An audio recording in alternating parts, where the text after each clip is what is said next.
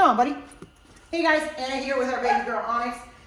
Today is kind of day one of real training, so I'm just going to go through a round real quick and just test the basics that I already know she knows that we learned in group class and you guys have been teaching her. And as I do that, I'm going to use my on-leash skills and my feedback skills, my voice and my leash and other things to, wow, I'm great, to make sure that I'm clear with Onyx, telling her what I will allow and what I don't allow. A lot of times in dog training, there's kind of a gray area between behavior and obedience, and people will say when a dog does X, Y, or Z, is a little wild or a little unsettled, that, oh, they need training, they're disobedient. And really, that's not true, okay? Behavior is just an activity. It's a behavior. It's an action the dog is taking. It's a reaction to a stimulus. It's a natural reactive behavior. It's just an activity that they do, an action.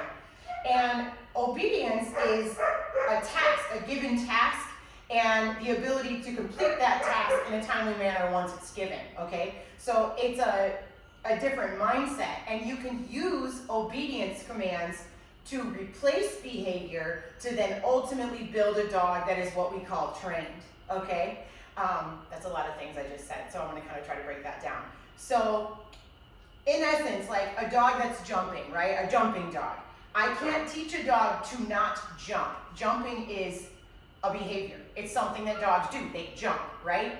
But I can utilize my tools, my leash, my voice, and such things. I'm being so loud. I'm sorry, you're fine. Anyways, we can use our tools to help the dog replace that behavior with a obedience command and rewrite their habit-formed loop in their brain, their neurological loop, right? So essentially what we're doing is we're using training, we're using obedience to replace behaviors we don't like with behaviors we do like. And with a dog like this, she's so nice and she's so willing that it really should be pretty simple if we utilize our tools consistently. And consistency is literally key. It's not something that you can just do for 1 hour. It's not something you can just do for a couple of days until you're bored. Consistency is a phase, and in being consistent, the dog will become then more consistent and allow you to not have to think about it so actively forever. A lot of people say, oh, that they outgrew it or they got old enough, and really what happened is the dog did get older, already heard it enough times that it ultimately became a better dog. Sure, okay.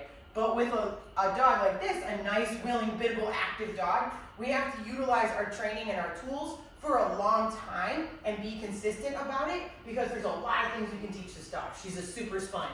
Every time we get lax on her, her training is gonna get lax, right? So, I just said a whole lot of things, and I hope all of that made sense. It's just a lot of information. And that being said, we're gonna get to work. Are you ready? Wow, okay, super. So okay is a release word. That means we can start moving or doing something else. And then as I ask her to do things, Onyx. Yeah, super, sit. Good. Yes.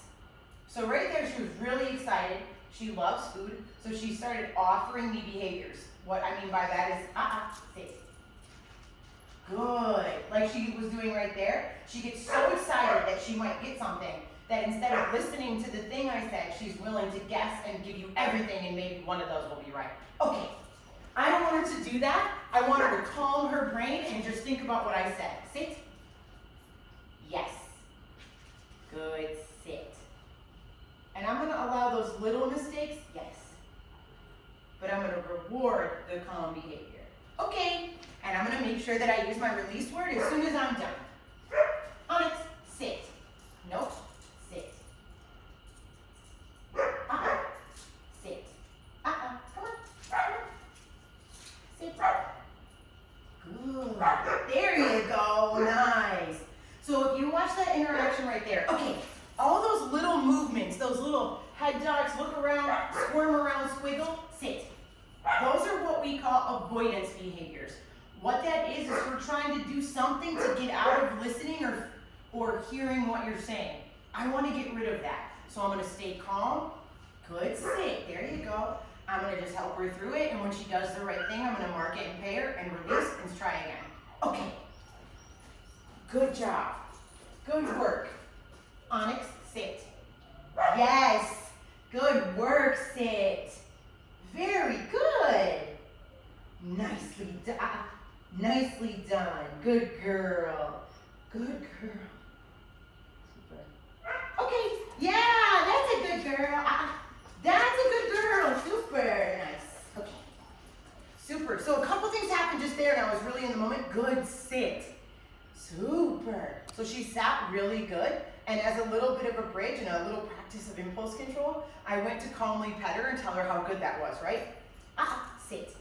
Good. That got her a little excited and she tried to paw me. Good, sit. So I just simply said, I don't like that. She put her foot back down and I continued going after the pets. She stayed calm. I praised her with my praise words. Come on, sit. Good girl. And then released her, played a little bit, and paid her. Those are also payments. Play is also a payment. Okay, good job, good job. Very good. Onyx. Good sit. Good. Okay, very good. And as you can see right there, what I'm also doing is teaching her to offer a sit behavior instead of the jumping when she greets me. Onyx, sit. Onyx, sit. Good girl. There you go. That's nice. Okay, good work. Come on, buddy. Sit.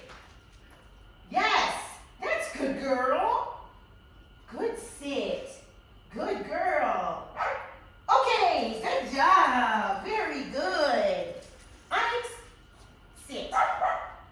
Very good, buddy. Good sit. Yes, that's nice. Good sit. Okay, wow. Good girl. Come on. Good job. Good girl. Come on, you. Good job. There you go. Nice. Good girl. Good girl. Okay. Good girl. Good job. What are you doing? Come on. Help down. Come on.